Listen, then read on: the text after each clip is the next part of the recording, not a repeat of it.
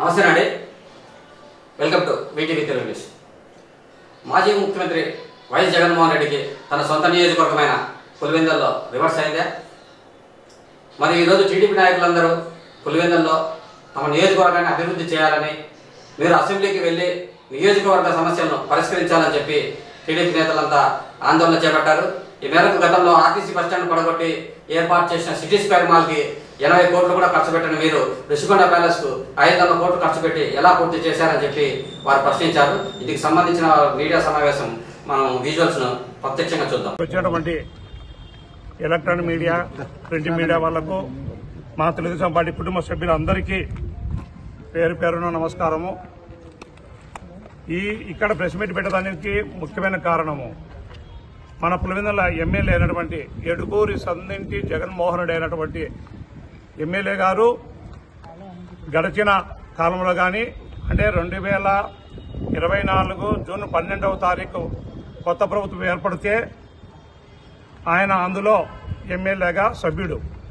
కానీ assembly start అయిన నుండి గవర్నర్ ప్రసంగం ఫస్ట్ బడ్జెట్ పెట్టినప్పుడు ఒక రోజు పోయేసి మిగతాంతా డుమ్ము కొట్టాడు. అయితే నిన్నటి దినము ఆయన అసెంబ్లీకి, మన ఆంధ్రప్రదేశ్ అసెంబ్లీ సమావేశాలు నిన్నటి స్టార్ట్ అయినాయి. అవి 8 రోజులు కంటిన్యూగా జరుగుతాయి, 27 తారీఖు వరకు. మన ఎమ్మెల్యే గారైనటువంటి శ్రీ జగన్మోహన్ రెడ్డి గారు అసెంబ్లీకి పోకోకుండా తాడేపల్లిలో కూర్చొని తన ఇంట్లో తన ఛానల్ ద్వారా లేనిపోని అసత్యాలు, ఆరోపణలు చేస్తూ ప్రభుత్వాన్ని ప్రశ్నపెట్టడానికి ఒక పథకం ప్రకారం ఆయన ప్రవర్తించుతున్నాడు.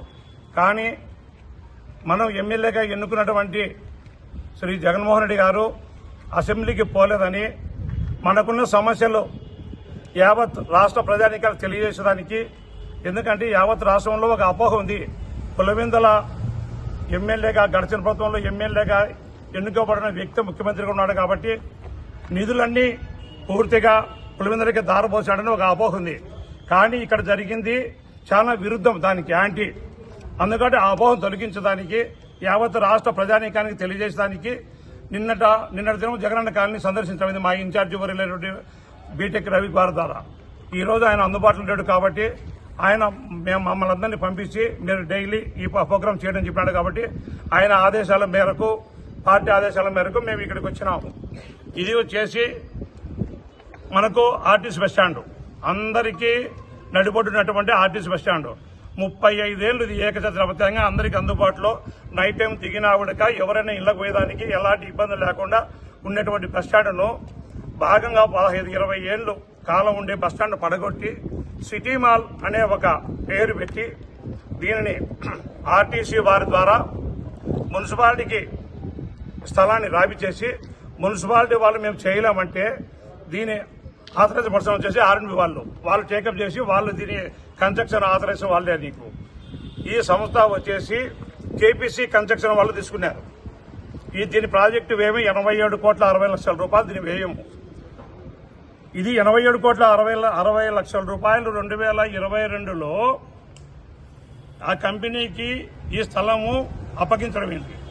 కానీ పులివెందుల ప్రజలు 2 లక్షల మంది ఓటేసి ఎన్నుకున్నటువంటి వ్యక్తి, ముఖ్యమంత్రి హోదాలో ఉండే వ్యక్తి 87 కోట్ల ప్రాజెక్టుని పూర్తి చేయలేకపోయినాడంటే అది మనం ఆయన గురించి ఆలోచించాల్సిన విషయం యావత్ రాష్ట్ర ప్రజలు.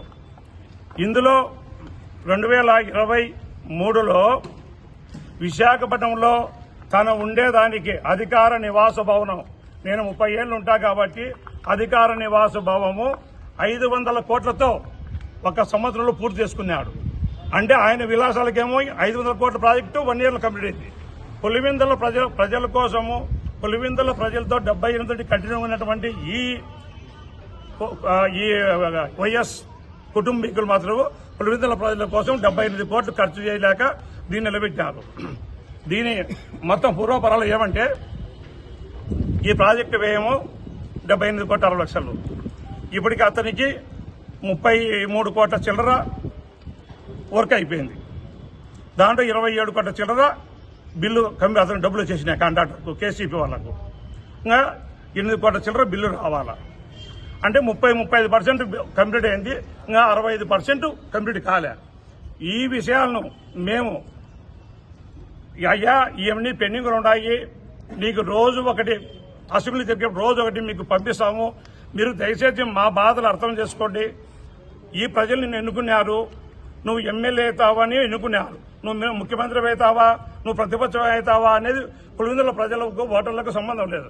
నిన్ను యావత్ రాష్ట్రం తిరస్కరించింది ప్రతిపక్ష నాయకుడిగా. కానీ ఎవడు మేము దాంట్లో చేసి మా బాధ్యత లేదు, మేము కర్మనా, మేము చెప్పినామో చేయొద్దని చెప్పని ప్రతిపక్ష నాయకుని. నీకు రాష్ట్ర ప్రజలు ఓట్లు వేయలేదు, 11 సీట్లు ఇచ్చారు, 18 సీట్లు కావాలా ప్రతిపక్షం కావాలంటే.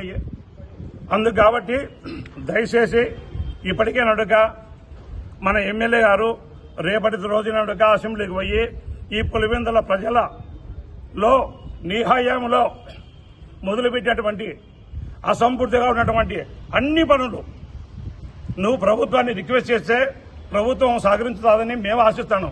ఎందుకంటే మా ప్రభుత్వం కానీ, మా అధినాయకుడు కానీ, మా ముఖ్యమంత్రి వర్యులు కానీ పులివెందులకు అంతా బాగుంది, సమృద్ధిగా ఏం లేదనుకుంటున్నాడు. కాబట్టి ఇది తెలియజేయడానికే ఈ నిరసన కార్యక్రమము. ఆయన అసెంబ్లీకి పోవాలా, లేకుంటే ఎమ్మెల్యేగా ఆయన దిగిపోవాలా, రెండే ఏదో తెలుసుకునే దానికి ఆయనకే అవకాశము. దయచేసి పులివెందుల ప్రాంత ఓటర్లను అవమానపరచొద్దు ఎమ్మెల్యే గారు. ఆయన ప్రతిపక్ష హోదా ఇస్తేనే అసెంబ్లీకి పోతాను అంటున్నాడు. మీరు ఇవన్నీ ప్రభుత్వం దృష్టికి తీసుకుంటే ఉండేది 2 పార్టీలే కదా, దీంట్లో ప్రతిపక్ష హోదా ఇచ్చేదానికి ఎందుకు టీడీపీ సంకోచిస్తుందని అడుగుతున్నారు. ప్రతిపక్షము అనేది ఎవరి వాళ్ళ భారత రాజ్యాంగం ప్రకారము ఏ పార్టీ అయితే అధికారంలోకి వచ్చాదో మిగతా పార్టీకి 10% ఉన్న సీట్లు 175 ఉంటే 10% సీట్లు వచ్చాయో వాళ్లకు రాజ్యాంగం కల్పించిన హక్కు అది. అది చంద్రబాబు నాయుడు ఇచ్చేదో ఇంకోరిచ్చేదో కాదు. అది రాజ్యాంగం కల్పించిన హక్కు. నువ్వు అడగాల్సిన పనిలే, నువ్వు దేశరాల్సిన పనిలే. నిన్ను ప్రజలు ఎమ్మెల్యేగానే ఎన్నుకున్నారు, నువ్వు ముఖ్యమంత్రిగా పనిచేసినావు. ఇంకో విషయం మాట్లాడతాను మీరు అనే క్వశ్చన్కు. ముఖ్యమంత్రిగా నీ పరిపాలన బాగుంటే రాష్ట్రం అంతా వదిలిపెడదాం, ఇక్కడ జిల్లాలో వదిలిపెడదాం. పులివెందుల్లో నీకు 91,000 మెజార్టీ వచ్చింది నిన్ను ముఖ్యమంత్రిగా చేయక ముందు. నువ్వు ముఖ్యమంత్రి చేసిన తర్వాత నీ పరిపాలన నచ్చక ఈ పులివెందుల ప్రాంత ఓటర్లు నిన్ను 61,000 దించారు. 30,000 ఓట్లు వినాయి. నువ్వు పులివెందుల గారి తిరస్కరించబడిన ఎమ్మెల్యే గారు, నీకు 30,000 ఓట్లు తగ్గినాయి. నువ్వు అది గుర్తుపెట్టుకోండి. నీకు రాష్ట్రమే కాదు, పులివెందుల ప్రజలు గారు 30,000 ఓట్లు తగ్గించారు. ఎక్కడైనా ముఖ్యమంత్రిగా పనిచేస్తే ఓట్లు పెరుగుతూ పోతాయి. కావున దయచేసి ఇవన్నీ ఏడేటి గుడ్డి ఆలోచనలు పెట్టుకోకుండా, ఊరికి ఊహల్లో ఊరుకోకుండా ఎమ్మెల్యే హోదాలో పోయి కొట్లాడి ఈ ప్రాంత ప్రజల సమస్యలు తీర్చాలని ఆశిస్తూ మరొకసారి మా ఎమ్మెల్యే గారికి విజ్ఞప్తి చేస్తాను. ఈ అసంతృప్తి పనులు ప్రభుత్వం దృష్టికి ప్రయత్నం చేస్తున్నాం. మొన్న వచ్చేసి మేము ఇప్పుడు మినిస్టరు పట్టణ పరిపాలన ముఖ్యమంత్రి మంత్రివర్యులు నారాయణ గారికి మరియు సివిప్ జీవి ఆంజనేయులు గారికి, మా పార్టీ రాష్ట్ర అధ్యక్షుడు పల్లా శ్రీనివాసరావు గారికి అందరికి ఇచ్చినాం. మా ప్రయత్నం చేస్తున్నాం. మా ఇన్ఛార్జీలు అదే పని ఉన్నారు. కానీ మాకు వేదిక అనేది అసెంబ్లీలో లేదు కాబట్టి, ఆ వేదిక ఆయనకు కల్పించారు కాబట్టి ఏం నామోసి ఏముండాది. ప్రధానమంత్రి అయినటువంటి ప్రధానమంత్రిగా పనిచేసినటువంటి దేవేగౌడ గారు పార్లమెంట్లో కూర్చున్నారు. ఎంతమంది ముఖ్యమంత్రులు ఎమ్మెల్యేలు కూర్చున్నారు. దీంట్లో తప్పు నామోసి కాదు. నువ్వు ప్రజల కోసం కొట్లాడు, నీకోసం కాదు. నువ్వేంది నీకోసం అక్కడుతున్నావు. నాకు ప్రతిపక్ష హోదా ఇచ్చే అన్ని అంగులో కేబినెట్ ర్యాంక్ వస్తుందని చెప్పని నువ్వు అది పక్కన పెట్టు. నువ్వు దీనికో ప్రజల కోసం కొట్లాడు, నిన్ను ఎన్నుకున్న ప్రజల కోసం కొట్లాడు. పెండింగ్ ప్రాజెక్టు మొత్తం పెండింగ్ ఉన్నాయి కదా, దాంట్లో ప్రభుత్వం ఎందుకు చర్య తీసుకోలేదు? ఈ మొత్తం ఇది ఇప్పుడు పులివెందులలోనే పెండింగ్ ప్రాజెక్టులు ఉన్నాయి, మీరు కృషి చేయొచ్చు కదా అనేది వైసీపీ నేను చెబుతాడా. ఇవి అస్తవ్యస్తంగా చేశారు కాబట్టి జగనన్న కాలనీ అంటే ఎట్లా ఏముంటుంది, దాంట్లో 7,000 ఇళ్లు కేటాయించారు, అన్ని చేశారు. 5 ఏళ్ల పరిపాలన 2019 మే 30 ప్రమాణ స్వీకారం చేశాడు జగన్మోహన్ రెడ్డి గారు.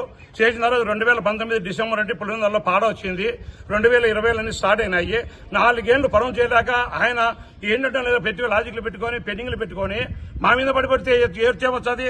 మేము చేస్తాం. దీని మీద ఎంక్వైరీలు జరుగుతున్నాయి.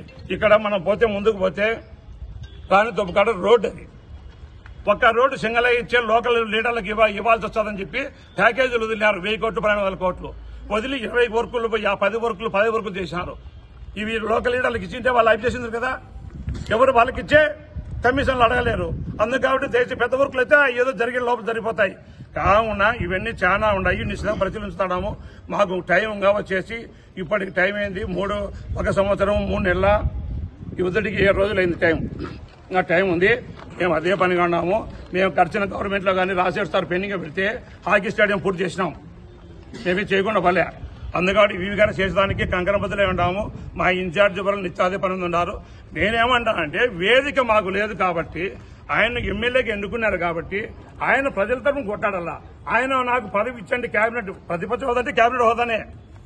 అది ఇండైరెక్ట్ గా డైరెక్ట్ గా అడగలేక ఇండైరెక్ట్ గా నాకు ప్రతిపక్షం కావాలని అడుగుతున్నాడు. దయచేసి అన్ని మనసులో పెట్టుకోకుండా ఎమ్మెల్యే గారు అందరి కోసం అసెంబ్లీకి పోయి కొట్లాడతారని ఆశిస్తున్నాం. క్రికెట్ స్టేడియం ఉంది, అది దాదాపు 15 కోట్లు ఉంది. అది నిర్మాణం 1 సంవత్సరం 3 నెలలు చిర్రైంది. అందుకని ఇప్పుడు ఏం పెద్ద ఇబ్బంది లేదు. ఇంకోటి వచ్చేసి మేము ఈరోజు